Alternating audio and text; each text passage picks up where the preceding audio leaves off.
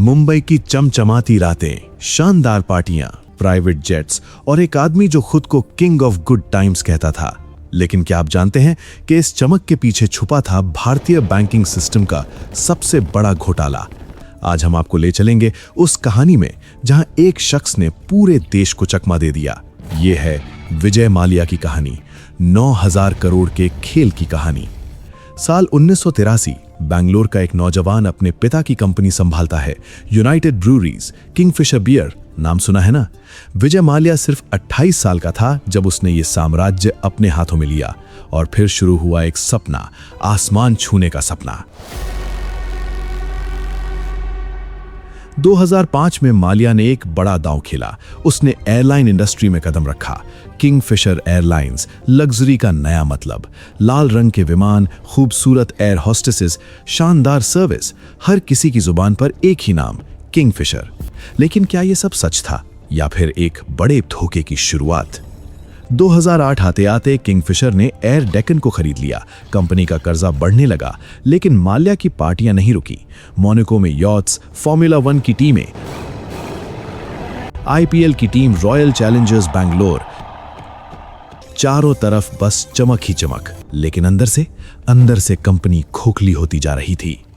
बैंकों से लोन और लोन और loan, state bank of India, IDBI bank, Punjab national bank, हर कोई माल्या पे भरोसा कर रहा था क्योंकि उसका नाम था, उसकी शान थी, उसकी हैसियत थी।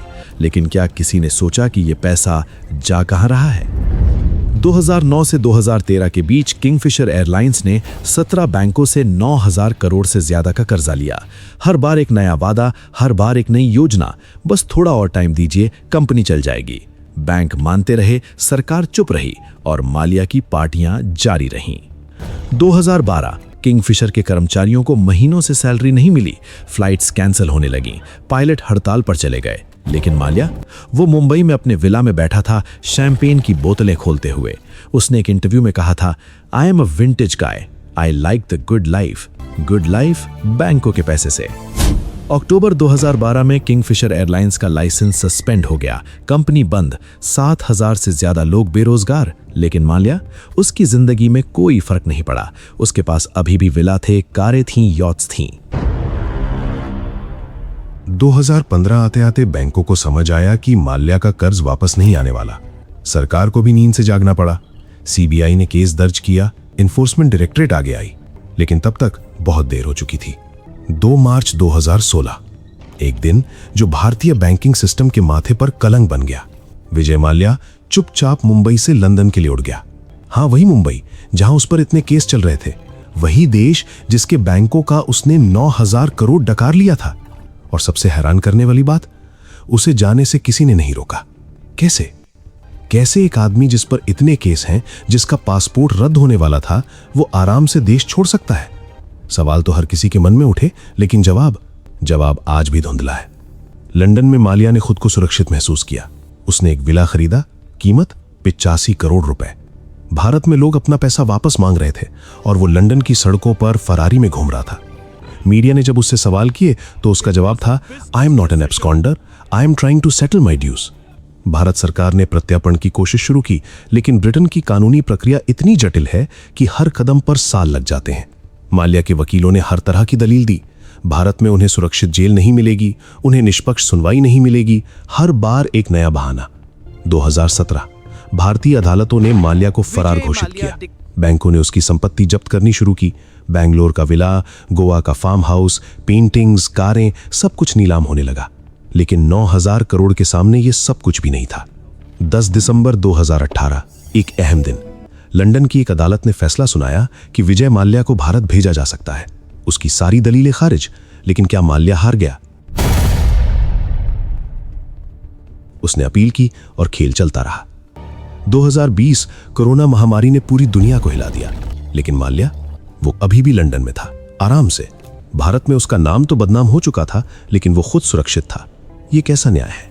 दिलचस्प बात यह है कि माल्या अकेला नहीं था। उसी दौर में नीरव मोदी, मेहुल चोकसी जैसे और लोग भी देश छोड़कर भाग गए। हर बार वही कहानी, बैंकों से कर्ज, फिर धोखा, फिर फरार। लगता था जैसे ये सब एक सिस्टम की नाकामी है। भारतीय बैंकिंग सिस्टम पर सवाल उठे, कैसे इतनी आसानी से कोई 9,000 करोड़ उधार ले सकता है? क्या कोई चेक एंड बैलेंस नहीं है? क्या सिर्फ नाम और शोहरत काफी है? माल्या के केस ने दिखा दिया कि सिस्टम में कितनी खामियां हैं। आरबीआई ने जांच की, पार्लियामेंट्री कमिटीज ने रिपोर्ट्स तैयार की, निष्कर्ष बैंकों ने लापरवाही बरती। माल्या को बिना पूरी जांच के लोन दिए गए। कई बार तो कोलैटरल की वैल्यू भी सही से नहीं देखी गई। ये सब कैसे हुआ? कुछ लोग कहते हैं राजनीतिक दबाव था, कुछ कहते हैं भ्रष्टाचार था। सच जो भी हो, नतीजा सामने है।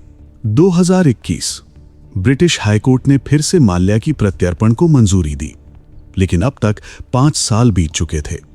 5 साल जिसमें माल्या लंदन की आलीशान जिंदगी जी रहा था और भारत में हजारों लोग अपना पैसा गंवा चुके थे। आज 2026 में भी माल्या भारत वापस नहीं आया है।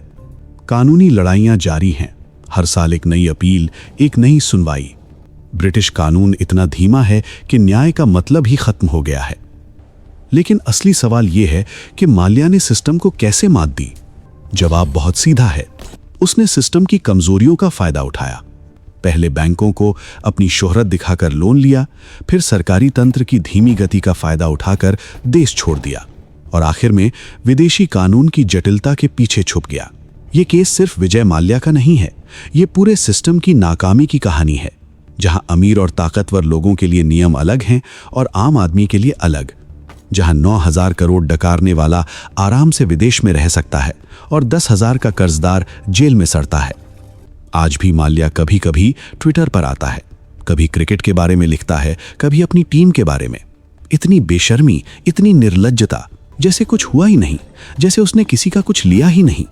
लेकिन सच ये है कि माल्या ने सिर्फ पैसा नहीं चुराया, उसने लोगों का भरोसा तोड़ा, उसने सिस्टम का मजाक बनाया।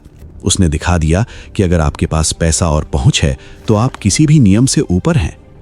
9,000 करोड़, एक रकम जो आम आदमी सोच भी नहीं सकता।